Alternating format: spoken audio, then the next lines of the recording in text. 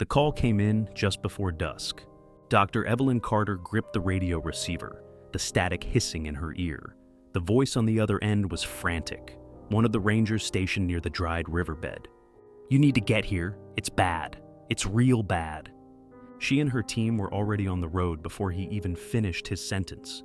The heat of the African savanna was suffocating, the air thick with dust as the rescue truck rumbled over the uneven terrain.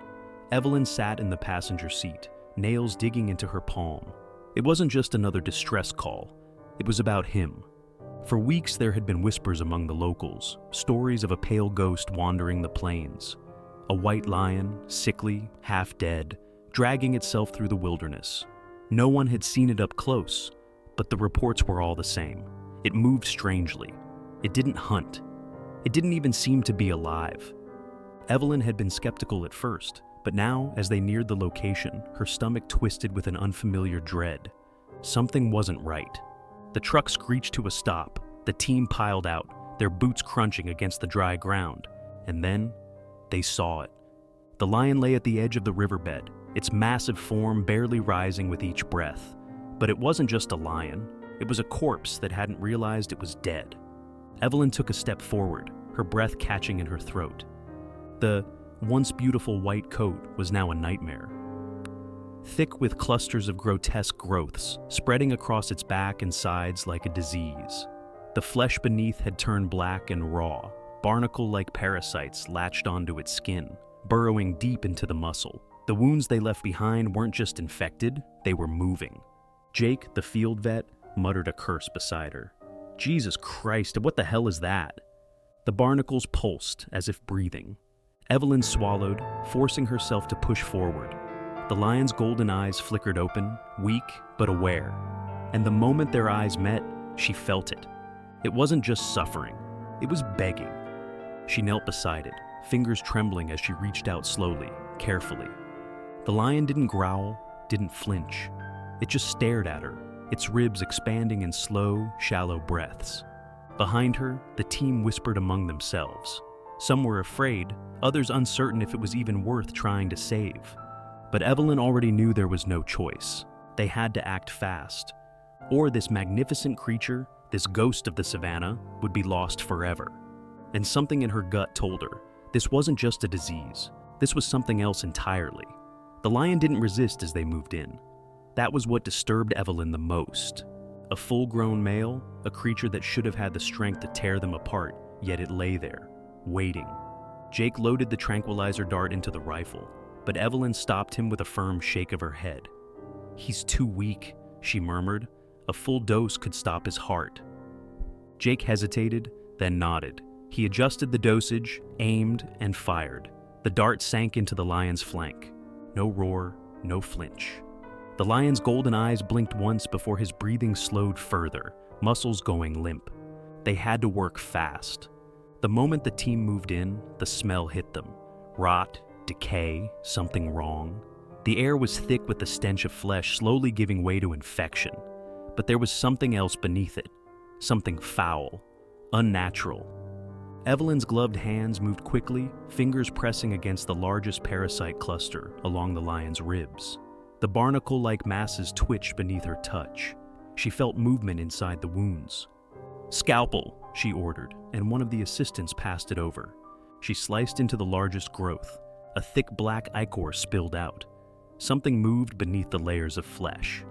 Then, something twitched. Evelyn jerked back, eyes wide as something small, fleshy, and pulsating slipped from the wound. "Oh my God," Jake whispered. The thing was still moving. It looked like a twisted hybrid of a barnacle and a leech. Its outer shell hardened, but its insides shifting, writhing. It wasn't just feeding off the lion, it was burrowing, growing, spreading. "We need to get them all out," Evelyn said, voice sharp, pushing back the horror clawing up her throat. Jake grabbed forceps, gripping onto one of the parasites and pulling. The lion's body spasmed violently. Even under sedation, it felt everything. The parasite didn't come loose easily. It clawed back, tendrils stretching deeper into the wound as if it refused to let go. The moment it was removed, more ichor poured out, and beneath the surface, there were more. Evelyn's heart hammered. "They're connected," Jake paled. "We need to get him to the facility, now." But just as he said it, the lion's body convulsed, not from sedation, not from pain, from something deeper. The barnacle-like parasites along its spine twitched in unison, pulsing, moving like a single organism. And for the first time since they arrived, the lion opened its mouth, not to roar, but to let out a sound that wasn't its own. A deep guttural clicking noise echoed from within its chest. Inhuman, wrong. Evelyn felt the hairs on her arms rise. And then, from the surrounding savanna, that same clicking noise echoed back. From the trees, from the darkness, from something watching them, something waiting. The clicking noises spread through the savanna like a ripple in still water.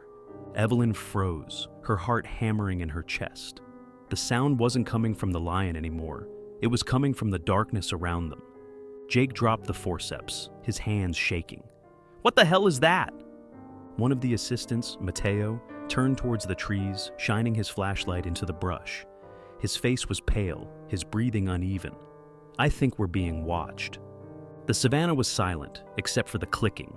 Dozens, maybe hundreds of unseen creatures responding to the sound the lion had just made. Evelyn forced herself to focus. The lion was still alive, still breathing. The parasites, whatever they weren't just feeding on it. They were controlling it. The team needed to finish the extraction fast. She turned back to the lion, grabbing forceps and digging deeper into the infected wounds. More blackened parasites slithered beneath the skin, burrowing between muscle fibers, wrapping around bone. The lion let out a weak, low growl, not in pain, but warning. Something was coming. Mateo's flashlight flickered as he stepped back.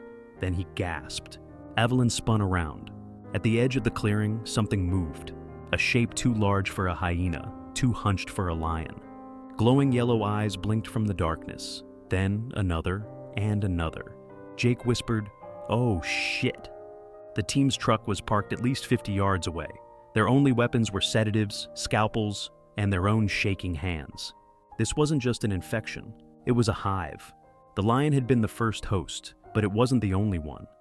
Evelyn yanked at another parasite, feeling the tendon snap as it came loose. The lion's body spasmed violently, its back arching.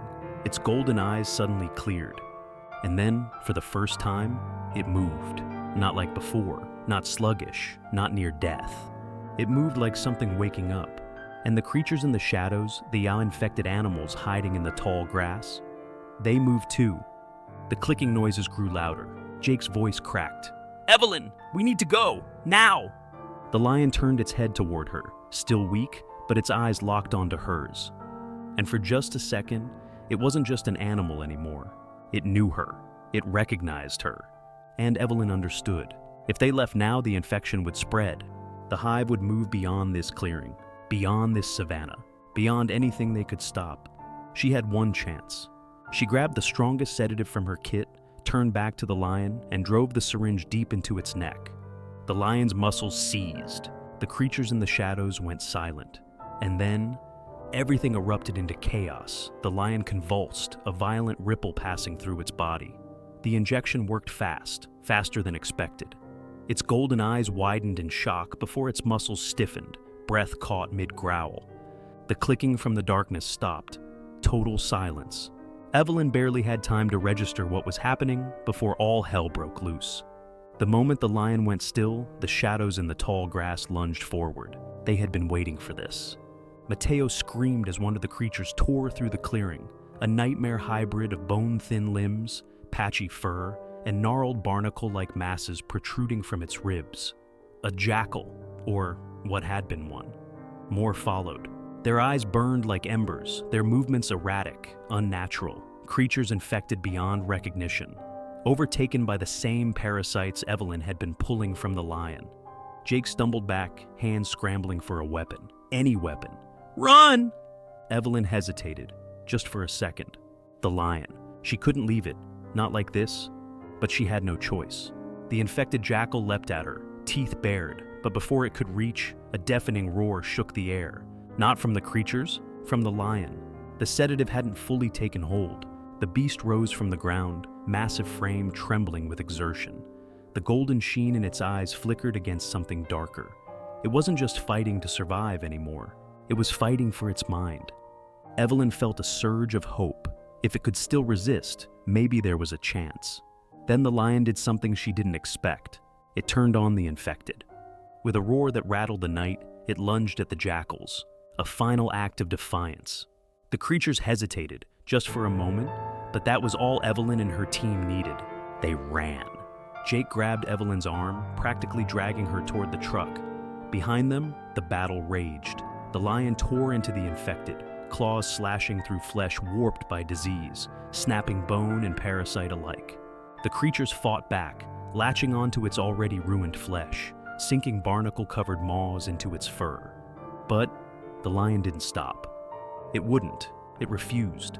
The team reached the truck, Jake slamming the door shut behind them. Mateo gunned the engine, tires kicking up dirt as they sped away from the nightmare behind them. Evelyn turned back, heart hammering. The lion was still standing, surrounded, outnumbered, but it fought. The golden eyes met hers one last time, and then the darkness swallowed it whole. They didn't stop driving until they reached the base camp. Nobody spoke. Evelyn sat in the passenger seat, staring at her blood-stained gloves. She had failed. The lion was gone. The parasites, however, weren't. They had seen what they were capable of. They had seen what they were spreading. And now, they had to stop it. Jake broke the silence. "We go back." Mateo turned to face him, eyes wide with disbelief. "Are you insane? We barely made it out alive." Evelyn swallowed the lump in her throat. She closed her eyes. She could still hear the lion's roar in her head. It had made its choice. Now, so would they. She took a deep breath and looked at her team. "No," she said. "We don't run. We fight." And as she said it, the clicking noises returned, not from the distance, from inside the truck. The infection had followed them, and this time there was nowhere to run.